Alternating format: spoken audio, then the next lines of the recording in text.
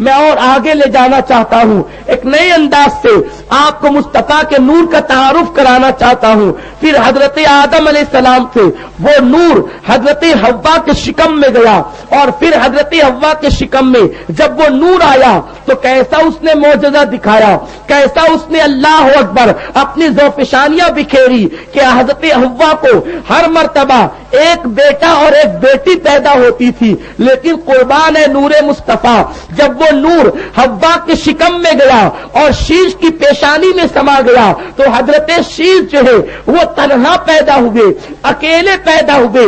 اب میں پوچھنا چاہتا ہوں، آخر حوا سے ایک بیٹا اور ایک بیٹی پیدا ہوتے تھے، ایک ساتھ پیدا ہوتے تھے، حضرت شیش کو تنہا کیوں پیدا کیا گیا؟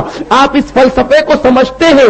ہر مسلک کے لوگ اس کو تو بیان کرتے ہیں کہ شیش اکیلے پیدا ہوئے، لیکن اس میں حکمت کیا ہے کہ شیش اکیلے پیدا ہوئے؟ اللہ کو گوارا نہیں کہ جس کی پیشانی میں میرے محبوب کا نور ہے اس کے برابر کوئی ہو جائے۔ اگر شیش کے ساتھ کوئی بیٹی پیدا ہوتی تو شیش کے برابر ماں کے شکم میں ہوتی، شیش کے برابر ماں کی گود میں ہوتی، شیش کے برابر ماں کا دودھ پیتی۔ اللہ کو گوارا نہیں، اے میرے حبیب تیرے برابر ہونا تو بہت بڑی بات ہے، تو جس کی پیشانی میں ہوگا دنیا اس کے برابر بھی نہ ہو سکے گی، اس کو بھی ایسی یکتائی عطا کریں گے، اس کو بھی ایسی تنہائی عطا کریں گے کہ دنیا دیکھ کر عش عش کرتی نظر آئے گی۔ اس لیے حضرت شیش تنہا پیدا ہوگی۔ جب پیشانی شیش میں وہ نور منتقل ہوا تو حضرت آدم نے کہا شیش جانتے ہو یہ کیا امانت ہے؟ یہ اللہ کا وہ کہ حبیب کا وہ نور ہے جس کے صدقے میں اللہ نے میری توبہ کو قبول فرمایا، جس کے صدقے میں اللہ نے میری رجوع کو قبول فرمایا۔ اے شیش یاد رکھنا، اس نور کی تعظیم کرنا، اس نور کا احترام کرنا، اس نور کو دل سے زیادہ عزیز سمجھنا، یہ امانت ہے، اسے کسی پاک پیٹ میں پاک رحم میں منتقل کرنا۔ حضرت شیش فرماتے ہیں جب وہ نور میری پیشانی میں آیا تو میں جب جنگل میں جاتا تو جنگل کے بھیڑیے، جنگل کے شیر، جنگل کے درندے میرے ارد گرد آتے اور ادب کے ساتھ کھڑے ہو کر کہتے الصلاۃ والسلام علیک یا رسول اللہ۔ میں پریشان رہتا یہ درندے کسے سلام کر رہے ہیں؟ آخرکار میں ایسا بھی دیکھتا کہ جب کبھی میں کسی سوکھی زمین پہ قدم رکھتا تو میرے قدم رکھنے کی وہ جگہ پر گھاس اگاتی اور وہاں ہریالی ہو جاتی۔ جب میں کسی سوکھے کنویں کے قریب پہنچتا تو میں کیا دیکھتا کہ وہ پانی اوپر کو آتا، الصلاۃ والسلام علیک یا رسول اللہ کی آواز آتی۔ جب میں کسی دریا سمندر سے گزرتا تو سمندر کی لہروں سے آواز اٹھتی الصلاۃ والسلام علیک یا رسول اللہ۔ میں پریشان تھا کہ آخر یہ کس کے لیے اہتمام ہے، یہ کس کی تعظیم ہے، یہ کس کا احترام ہے؟ آواز آئی شیش پریشان نہ ہونا، تیری پیشانی میں ہمارے محبوب کا نور ہے، یہ اسی کی تعظیم میں ہے، یہ اسی کے احترام میں ہے۔ آپ دیکھو ہمارا نبی کیسا شان والا ہے، ہمارا نبی کیسا برگزیدہ نبی ہے۔ افسوس اس قوم نے اپنے نبی کی کے احترام کو نہ سمجھا، اپنے نبی کے مقام کو نہ سمجھا۔ خدا کی قسم گزشتہ امتیں حسرت سے ہاتھ ملتی رہی کہ کاش ہمیں وہ نبی مل جاتا، لیکن انہیں نہ ملا، ہمیں بغیر مانگے مل گیا۔ ہم نے اس نبی کی قدر نہ کی، اس نبی کی ہم نے شان کو نہ سمجھا۔ اگر سمجھ جاتے تو اس نبی کا دل نہ دکھاتے، اس نبی کو اپنے جیسا بشر کہنے والوں کے ساتھ نہ اٹھتے بیٹھتے، اس نبی کی گستاخی کرنے والوں کی اقتدا میں نماز نہ پڑھتے۔ یاد رکھو جس نے اس نبی کی شان کو مانا وہ بھی اعلیٰ بن گیا اور وہ بھی شان والا بن گیا، اور جس نے ان کی شان کو نہ سمجھا وہ ذلیل و رسوا ہو گیا، ذلت و رسوائی میں ڈوب گیا۔ اب وہ نور حضرت شیش سے منتقل ہوتے ہوتے اور آگے بڑھا اور آگے بڑھا اور اپنی دو پیشانیاں دکھانے لگا۔ پھر وہ نور حضرت ابراہیم خلیل کی پیشانی میں آیا۔ ابراہیم کو آگ میں ڈال دیا گیا تو نور مصطفیٰ کی برکت سے وہ آگ ٹھنڈی ہو گئی۔ پھر پھر وہ نور حضرت اسماعیل کی پیشانی میں آیا. چھری کسی کی کا لحاظ نہیں رکھتی, چھری کسی کا پاس نہیں رکھتی, لیکن وہی چھری تھی جو حضرت اسماعیل کی گردن پر چل تو رہی تھی مگر گلا نہیں کاٹ رہی تھی. یہ کس کی برکتیں تھی؟ یہ نور پاک مصطفیٰ جو حضرت اسماعیل کی پیشانی میں تھا اس کا احترام. چھری نور مصطفیٰ کی تعظیم کر رہی تھی. حضرت اسماعیل علیہ السلام کا گلا صرف اسماعیل کا گلا ہوتا تو بات جدا ہوتی, مگر اس پیشانی میں نور مصطفیٰ تھا. چھری یہ گستاخی کیسے کر سکتی تھی کہ نور مصطفیٰ جہاں ہو وہاں کاٹ دے. جہاں مصطفیٰ جان رحمت کا نور ہوگا وہاں کٹنا نہیں ہوگا بلکہ وہاں جڑنا ہوگا. وہاں موت نہیں ہوگی بلکہ وہاں زندگی ہوگی. وہاں قتل نہیں ہوگا بلکہ وہاں حیات ہوگی. اور پھر دنیا نے دیکھا وہ نور اور آگے آیا اور آگے آیا. پھر ایک وقت وہ آیا المختصر, وہ نور حضرت عبداللہ کی حضرت عبد المطلب کی پیشانی میں آیا. اس نور کی برکت اور خاصیت یہ تھی کہ یہ انبیاء سے بھی منتقل ہوا اور عام عوام میں بھی آیا. حضور کے آبا و اجداد میں بہت سارے لوگ ایسے ہیں, کچھ نبی ہیں اور کچھ غیر نبی ہیں, مگر حضور کا نور جس کی پیشانی میں رہا وہ جہالت اور کفر ضلالت کے ماحول میں بھی اپنے دامن کو گناہ اور کفر کی گندگی سے آلودہ نہ کر سکا. وہ نور مصطفیٰ کی برکت تھی کہ جہاں وہ نور جاتا اپنی رانائیاں بکھیرتا, اپنی روشنی بکھیرتا, اور جس کے بھی وقت میں وہ نور تھا, جس کے بھی پیشانی میں وہ نور تھا, تو قدرتی طور پر اس کے بدن سے مشک کی خوشبو آتی تھی. جب وہ نور حضرت عبد المطلب جو حضور کے دادا ان کی پیشانی میں آیا تو بیان کیا جاتا ہے کہ عبد المطلب کی پیشانی میں جب وہ نور مصطفیٰ چمکتا تھا تو ایسے چمکتا تھا جیسے چاند چمک رہا ہے. ایسے منور تھی پیشانی, مشک کی خوشبو جسم سے آتی تھی. جدھر سے گزر جاتے لوگ تعظیم کی وجہ سے ہاتھ باندھ لیتے. حضرت عبد المطلب کی شان یہ تھی کہ جب بارش نہیں ہوتی تو لوگ ان کو کوئے سبیر پر لے جاتے اور لے جا کر ان کے وسیلے سے دعا کرتے. ظالم آج نبی کے آنے کے بعد وسیلے سے, نبی کے وسیلے سے دعا کرنے کو منع کرتے ہیں. اور ظالموں تم کیا منع کرو گے؟ میرے نبی ابھی دنیا میں تشریف بھی نہیں لائے تھے, تب سے لوگ ان کے وسیلے سے دعا کرتے ہیں اور اپنی آرزوؤں کو اللہ کی بارگاہ میں مقبول پاتے ہیں, اپنی مرادیں اللہ کی بارگاہ سے حاصل کرتے ہیں. عبد المطلب کو کوئے سبیر پر لے جا کر کے لوگ دعائیں کرتے, اے اللہ یہ تیرے حبیب کے دادا ہونے والے ہیں, انہی کے صدقے میں باران رحمت کا نزول فرما. ابھی ہاتھ نہیں نیچے آتے تھے کہ ان مشرکین کی دعائیں قبول ہو جاتی تھی. نور مصطفیٰ وہ نور ہے کہ جو گنہگار بدکار پاپی دعا کرتے تھے تو ان کی دعائیں مقبول ہوتی تھی. اب وہ نور, اللہ اکبر, اس کی شان کیا ہے, اس کا عالم کیا ہے اس نور کا. ایک دن چونکہ کعبہ حضرت ابراہیم علیہ السلام نے بنایا, لیکن صحیح یہ ہے کہ کعبہ حضرت آدم علیہ السلام کے پہلے سے بنا ہوا ہے, مگر سب سے پہلے کعبے کو فرشتوں نے بنایا. پھر بعد میں حالات تبدیل ہوئے تو وہ ٹوٹا اور اس کی بنیادیں رہی. پھر اس بنیاد پر حضرت آدم نے اسے تعمیر کیا.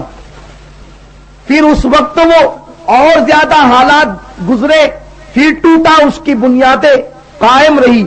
پھر اس کو ابراہیم علیہ السلام نے تعمیر کیا, مگر چونکہ حضرت ابراہیم کی تعمیر کے بعد وہ مکمل نہ ٹوٹ سکا, اسی لیے حضرت ابراہیم علیہ السلام کے کعبے کو جو ہے وہ لوگ حضرت ابراہیم علیہ السلام سے منسوب کرتے ہیں کعبے کو. جیسے غریب نواز سے پہلے ہندوستان میں اسلام آ چکا تھا, مگر ہم یہ کہتے ہیں کہ ہندوستان غریب نواز کی وجہ سے اسلام جو ہے ہندوستان کے اندر غریب نواز کی وجہ سے. کیوں ہے؟ اس لیے کہ جو بھی اسلام لایا ان کے انتقال کے بعد اسلام مستحکم نہیں ہو سکا، پھر ختم ہو گیا، پھر کمزور ہو گیا، پھر ختم ہو گیا، مگر جب غریب نواز اسلام لائے تو 90 لاکھ کو کلمہ پڑھایا، ان کے لانے کے بعد پھر ختم نہیں ہوا۔ تو اسی طرح کعبہ فرشتوں نے بنایا، ان کے بنانے کے بعد پھر ختم ہوا، آدم کے بنانے کے بعد پھر ختم ہوا، مگر حضرت ابراہیم علیہ السلام کے بنانے کے بعد مکمل ختم نہیں ہوا، اس کی مرمت ضرور ہوتی رہی۔ اس لیے کعبے کو ابراہیم علیہ السلام کی طرف منسوب کیا جاتا ہے۔ صحیح یہی ہے کہ اس کو فرشتوں نے بنایا۔ خیر، تو عرض یہ کر رہا تھا کہ ایک بادشاہ یمن کا آپ نے سنا ہوگا، لیکن آج دوسرے انداز سے سنیے، کچھ تفصیلی میں بات عرض کروں گا۔ اس نے سوچا کہ میرا یمن ہے، وہ عیسائی تھا، یہ ایک ٹوٹے پھوٹی 4 دیواری کا لوگ حج کرتے ہیں، تو میں یمن میں ایسا خوبصورت محل بناؤں گا کہ لوگ یہ ٹوٹی پھوٹی 4 دیواری کا حج نہیں کریں گے بلکہ میرے محل کا حج کریں گے۔ اور اس نے لوگوں سے کہا کہ ایسا محل بناؤ، معماروں کو بلا کر، انجینئروں کو بلا کے کہا کہ دنیا نے کبھی نہیں دیکھا ہوگا۔ اور اس کو جلدی بنانے کے لیے اس ظالم نے یہ کیا کہ صبح ہونے سے پہلے مزدور جو ہے بنانے والے پہنچ جائیں جگہ پر، جو وقت پر نہیں پہنچے گا اس کا ہاتھ کاٹ دیا جائے گا۔ اتنی جلد